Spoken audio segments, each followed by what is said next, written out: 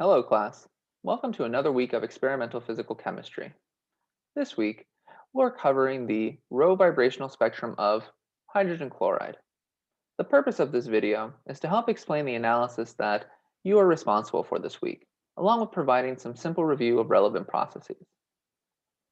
Should you need additional help, feel free to reach out to either your instructor, myself, or your experimental TAs for the course. The first goal of this experiment is to utilize FTIR spectroscopy to observe the rho vibrational spectrum of hydrogen chloride. From this spectrum here, you students are challenged to calculate some important characteristics of HCl, such as the equilibrium bond length and the rotational constant. First, let's make sure we're on the same page in terms of some of the fundamentals. Prior to this analysis, I want students to be familiar with the harmonic oscillator approximation, along with the anharmonic oscillator approximation. Additionally, it doesn't hurt to remember the structure of HCl. From these concepts, you should be familiar with the equations that describe their energy states, specifically for the anharmonic oscillator. Additionally, it's important to know the energy levels of the rigid rotor in order to explain the rotational energy levels. Further, it's important to remember the selection rules for the transitions within these approximations. For this video, we will primarily be concerned with vibrational transitions of delta V equals 1, such as here in the harmonic oscillator and the anharmonic oscillator. Note that in the anharmonic oscillator, delta V's of 1, 2, and 3 are allowed, but for reasons explained in your pre-lab, you may or may not see these features. Additionally, it's important to understand that rotational transitions also have their own selection rules. Specifically, we require a non-zero dipole for these molecules. This is satisfied by the probe molecule for this experiment, HCl, but may not be observed in other related molecules. There's also a selection rule of delta J equals plus or minus 1 for rotational energy transitions. From this video, I want students to understand how rotational and vibrational spectroscopy formulate the mathematical basis for our analysis. We'll be combining these two approaches to yield one spectroscopic technique. Further, it's imperative we understand how the mathematical basis explains the rho vibrational spectrum that you will be observing. Last, students will be responsible to utilize the mathematics covered in this video and their experimental data in order to report the structural information of HCl. First, we will do some example RoVib transitions. Recall that the energy required for a rotational transition is much lower than the energy required for a vibrational transition. As a result, we are likely to observe rotational transitions when vibrational transitions occur.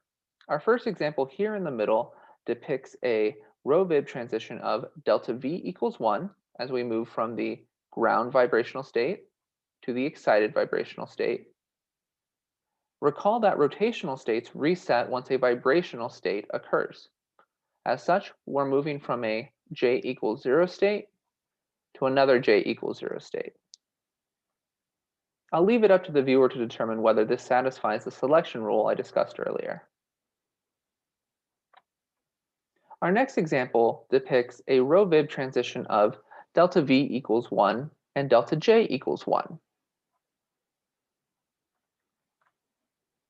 While the example after here on the left depicts a similar transition of delta V equals 1 and delta J equals negative 1, as we are moving from a J equals 1 rotational state to a J equals 0 rotational state.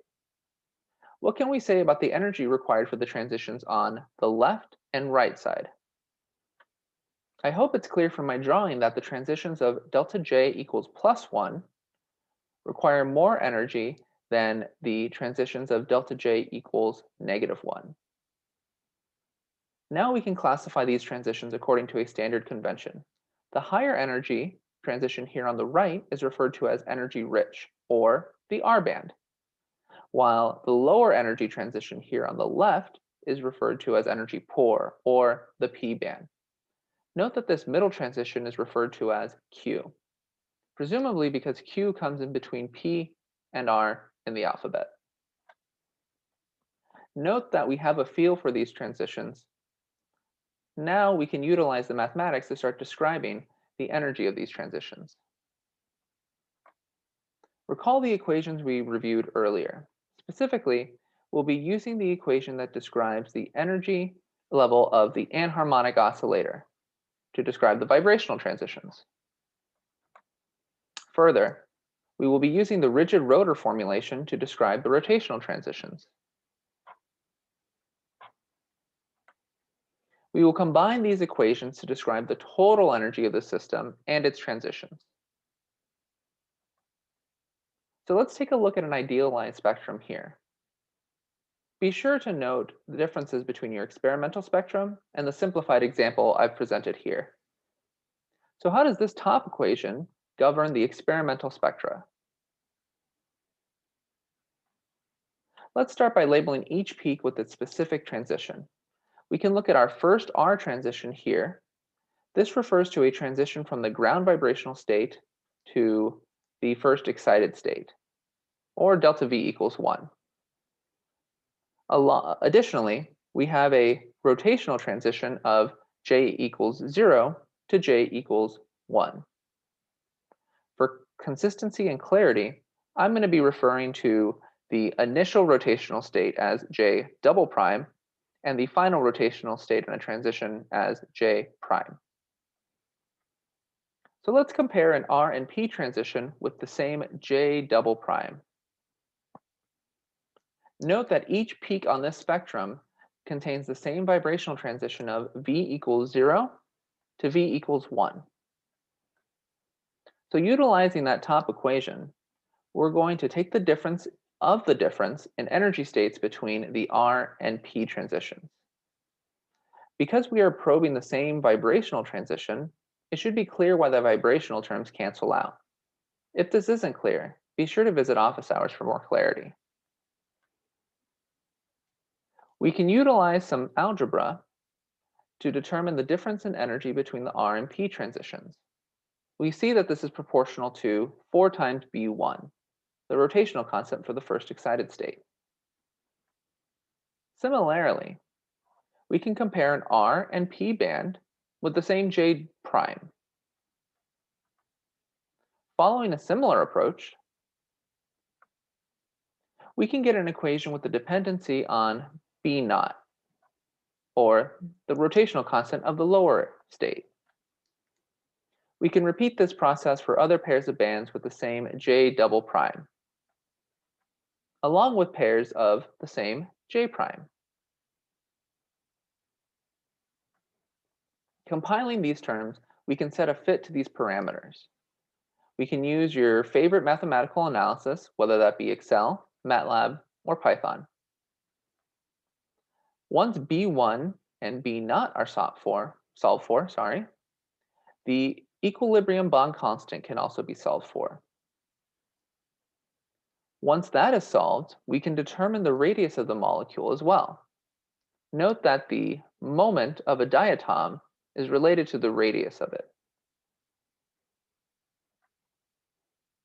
Refer to your pre-lab assignments and lab manuals to determine any other parameters you may need to determine. Also, be sure to come to office hours if anything during this experiment or this video was not clear. Thank you.